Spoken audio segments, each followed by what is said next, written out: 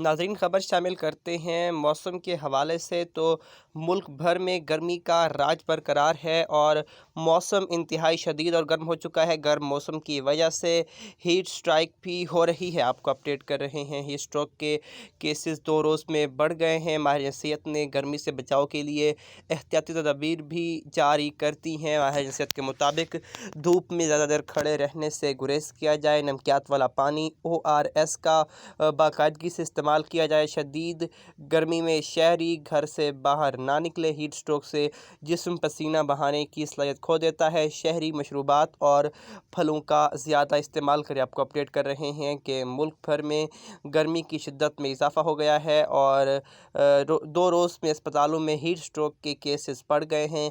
माहिरीन सेहत ने गर्मी से बचाव के लिए एहतियाती तदाबीर जारी करती हैं।